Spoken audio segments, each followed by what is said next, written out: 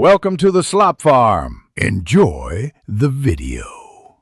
You begin by confirming essentials: a clean 8 GB or larger USB and a Windows 10 ISO. Insert the USB and open Rufus or the Media Creation tool now. This speeds the process and prevents guessing later. Choose the ISO image option and pick the Windows file you downloaded. Make sure partition scheme matches your target system: MBR for legacy BIOS, GPT for UEFI. Once set, check File System Choice and label the drive so you can spot it instantly. Now you execute the write. In Rufus, pick the USB, choose the ISO, and confirm partition scheme.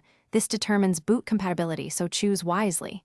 If the install WIM exceeds 4 GB, use NTFS. For pure UEFI, require FAT32 or use NTFS with fallback.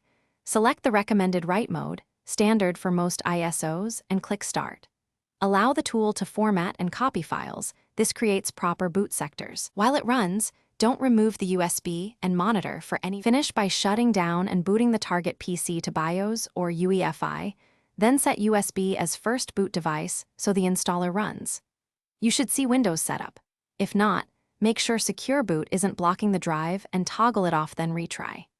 If the system says media is corrupt or won't detect the USB, recreate the bootable stick with a different tool or USB and verify the ISO checksum. One quick tip: try another USB port, preferably a direct rear port, before rebuilding the media. Thanks for watching. Consider subscribing if we helped you today.